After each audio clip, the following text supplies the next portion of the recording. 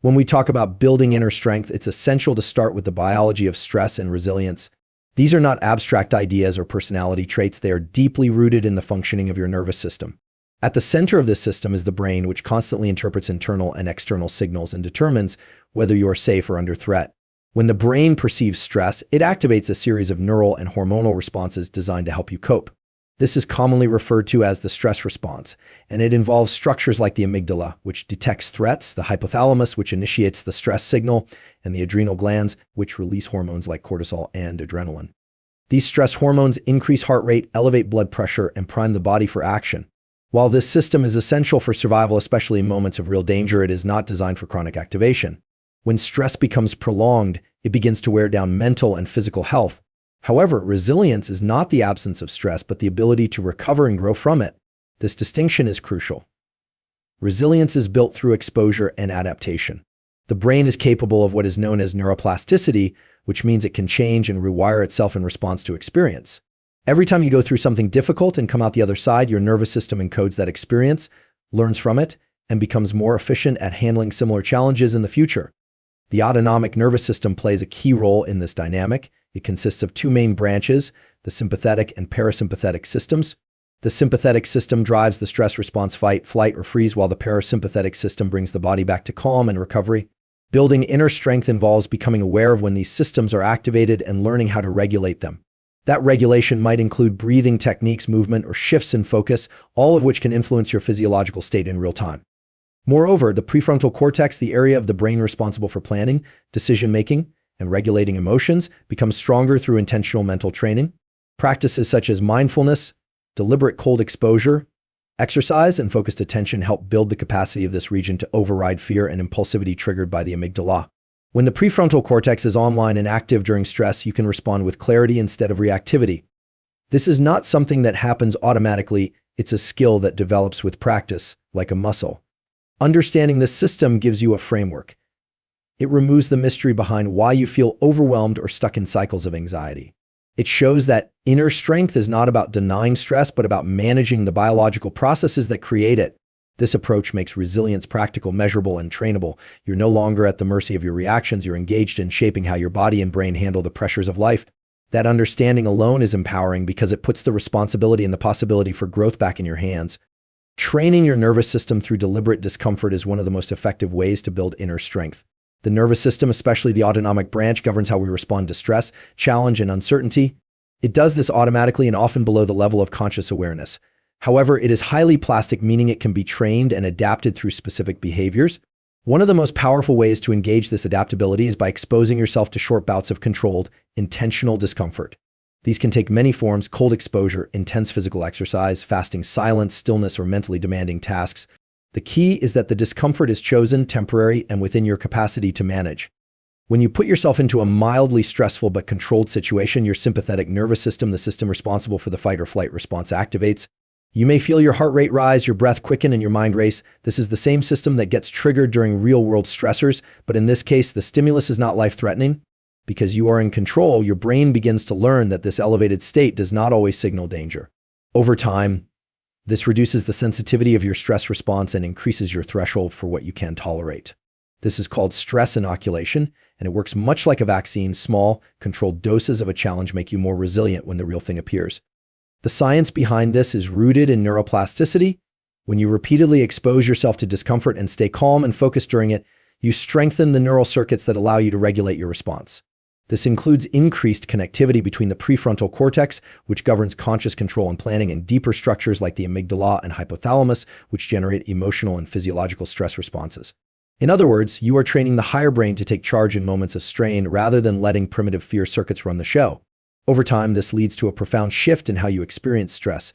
Instead of panic or avoidance, your nervous system learns to associate challenge with opportunity and growth. Cold exposure is a powerful example of this principle.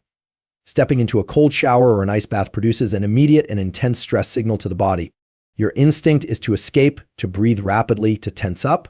But if you can stay still, slow your breathing, and mentally anchor yourself, you're not just enduring discomfort, you're teaching your nervous system that it can remain calm in the face of extreme stimulation. The same applies to hard exercise, especially when you push past the point where you feel like stopping. Each time you choose to continue, even briefly, you strengthen the feedback loop that says, I can do hard things. Over time, this becomes a trait, not just a behavior. You carry it into conversations, work, relationships, anywhere discomfort might otherwise derail you. The neural circuits built in deliberate discomfort don't just help you tolerate stress, they teach you how to lead yourself through it. Self-directed neuroplasticity refers to the ability of the brain to change itself through conscious intention and repeated focus. Unlike passive forms of learning or change, this process involves deliberately guiding the brain to rewire itself in specific, chosen directions. The concept rests on the scientific fact that the human brain is malleable throughout life. It is not fixed after childhood. Instead, it constantly adapts in response to experience, attention, and behavior. By understanding how this mechanism works, you gain a powerful tool for building inner strength. Every thought you dwell on, every behavior you repeat, and every emotion you allow yourself to sit with becomes part of a sculpting process, carving new neural pathways and reinforcing others. This is not just psychological, it is structural and chemical, involving changes in synaptic strength, receptor density, and even gene expression in neurons. The first principle of self-directed neuroplasticity is attention. What you focus on, especially with deep concentration, tends to be what the brain encodes. This is why shallow multitasking rarely leads to long-term change. When you focus intensely on something challenging but achievable, you release neuromodulators like acetylcholine and dopamine, which signal to the brain that the task is meaningful. These chemicals act like a spotlight, marking the experience for memory and neural reinforcement. In that moment of effort, neurons that fire together begin to wire together. If the effort is repeated over time, the circuit becomes stronger and faster, making the new skill or mindset more automatic. The second principle is deliberate repetition. Neuroplastic changes require consistency over time.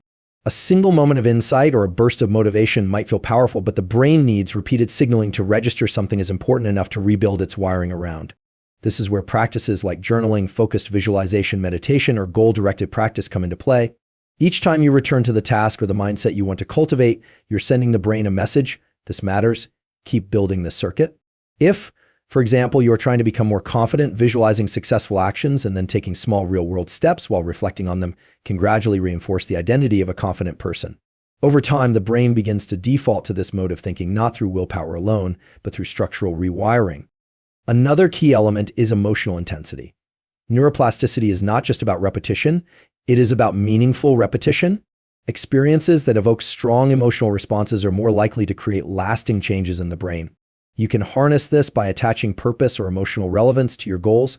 If your actions are connected to values you care about, your brain is more likely to prioritize those pathways. This is one reason why affirmations or habits disconnected from purpose often fail. They lack the emotional salience needed to drive deep change. By combining intense focus, repetition, and emotional relevance, you take an active role in shaping who you become. The brain is listening to what you practice, and with intention, you can choose the direction of that practice. Breath and vision are two of the most immediate and powerful tools available to influence your internal state. Unlike many other bodily systems, the breath is unique in that it is both automatic and under voluntary control. This means that although you breathe without thinking, you can also consciously manipulate your breath to directly impact your nervous system. Vision, too, operates at the intersection of automatic and deliberate processes. Your eyes don't just take in the external world, they also provide feedback to your brain about your internal state. Together, breath and vision form a dynamic interface between your conscious mind and your autonomic physiology, allowing you to modulate stress, focus, and energy in real time. When you're in a stressed or anxious state, your breathing becomes shallow and rapid, usually concentrated in the upper chest. This is a reflection of sympathetic nervous system activation, signaling to the brain that something may be threatening or urgent. By contrast, slow, deliberate nasal breathing, especially with longer exhales than inhales, can stimulate the parasympathetic system, calming the body and promoting a sense of control. One particularly effective breathing pattern for immediate stress reduction is the physiological sigh: 2 inhales through the nose, followed by a long, slow exhale through the mouth.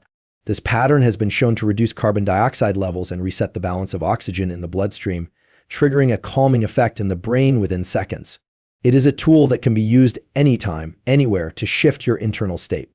Similarly, your visual field reflects and influences your state of arousal. When you're stressed or highly alert, your pupils dilate and your focus narrows to a tunnel-like view. This evolutionarily preserved mechanism helps you detect and respond to threats. However, remaining in this state too long can heighten anxiety and make it difficult to think clearly. You can counteract this by consciously widening your gaze, a practice known as panoramic vision.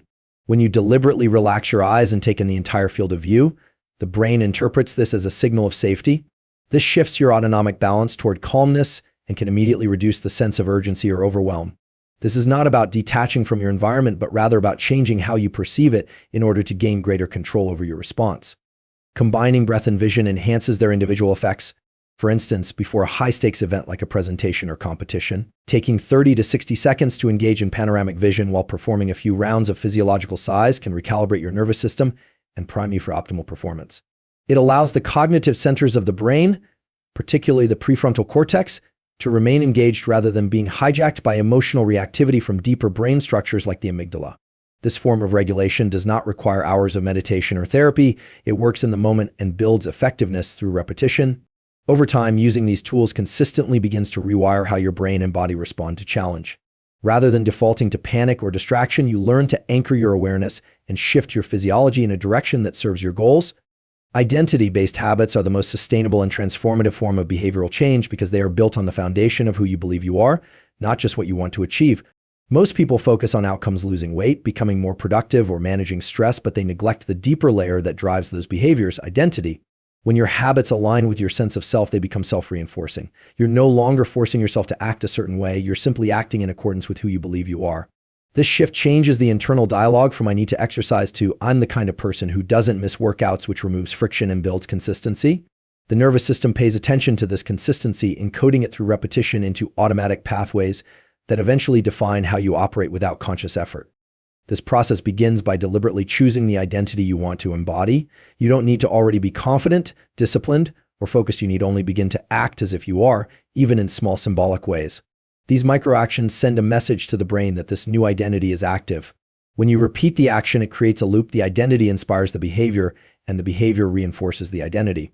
Each time you make a choice that aligns with the person you want to be, you cast a vote for that version of yourself.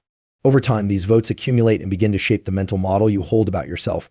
The brain, through mechanisms of neuroplasticity, starts to prioritize pathways that support this identity and weaken those that contradict it. This process is also strengthened through language and self-talk. The words you use internally and externally signal what you believe to be true about yourself. Saying "I'm not a morning person" or "I'm terrible with stress" wires those identities into your system. But if you shift your language to "I'm becoming someone who gets up early" or "I'm learning to handle stress better," you are creating space for transformation. The brain interprets identity statements as instructions and begins to adjust neural activity accordingly. This isn't magical thinking. It's a form of cognitive conditioning that takes advantage of the brain's built-in reward and learning systems. Each time you act in alignment with a positive identity and feel even a small sense of satisfaction or pride, you release dopamine. This neurochemical strengthens the behavioral pattern and makes it more likely you'll repeat it. What makes identity-based habits particularly effective is that they tap into intrinsic motivation. You're not chasing a goal out of guilt or social pressure. You're expressing who you are or who you are becoming. This removes the need for external discipline because the motivation comes from within. When habits become identity-based, they persist even under stress, fatigue, or distraction because they are no longer optional tasks. They are expressions of self. And the more consistently you express that self, the more deeply it becomes wired into the brain's predictive systems, making it easier to stay on course without constantly having to recommit. Connecting action to meaning and purpose is essential for building inner strength because it anchors your efforts in something deeper than immediate reward or external validation. The human brain is naturally wired to seek significance, to make sense of experiences through a larger narrative. When your actions are aligned with a sense of purpose, you activate neural circuits associated with long-term motivation, resilience, and emotional stability. Without this alignment, even well-intentioned goals can feel hollow, and motivation tends to fade under pressure. However, when there is a clear why behind what you do, your nervous system interprets challenges not as threats, but as necessary steps along a meaningful path. This shift changes your relationship to discomfort, effort, and even failure, allowing you to persist with a level of emotional energy that doesn't rely solely on willpower. Purpose-driven behavior engages both the limbic system, which governs emotion, and the prefrontal cortex, which oversees planning and decision-making. When these systems are working in harmony, your brain not only stays focused, but also more easily regulates fear, doubt, and procrastination. From a neurochemical standpoint, pursuing meaningful goals activates the release of dopamine, not just at the finish line, but throughout the process itself. This is known as the dopaminergic reward prediction system. If your brain expects future meaning from the present task, it begins to release motivation-enhancing chemicals before the result is even achieved. This is why people who find a deeper purpose in their work, health, or relationships are more consistent and energized even in the face of obstacles. They are not just chasing outcomes, they are expressing values and living in alignment with something personally significant. This connection between purpose and action also influences how you interpret pain and stress. Research shows that pain and effort are processed differently in the brain when they are framed within a meaningful context. If you are exercising just to burn calories, the discomfort may feel like suffering. But if you're training to stay healthy for your children or to overcome a previous limit, the same physical sensations can be perceived as empowering. The underlying biology doesn't change, but the interpretation does, and interpretation is what determines whether you endure, quit, or grow. Purpose gives pain a direction. It transforms difficulty from something to avoid into something to integrate. Creating this connection begins by identifying what matters most to you, not in abstract terms, but through specific actions that reflect those values. It could be responsibility, growth, love, contribution, or creativity. Once you clarify this, you can begin linking even mundane tasks to that broader meaning. Waking up early is no longer about discipline. It becomes an act of protecting your mental space. Preparing a healthy meal becomes a gesture of self-respect. Completing a difficult project becomes an expression of your integrity. Over time, this habit of linking purpose to behavior changes the architecture of your mindset. The brain becomes conditioned to seek out and reinforce meaningful action, and this internal compass becomes a stabilizing force during times of uncertainty, failure, or fatigue. The action becomes more than just the action. It becomes a step in fulfilling a purpose that reinforces who you are and why you're here.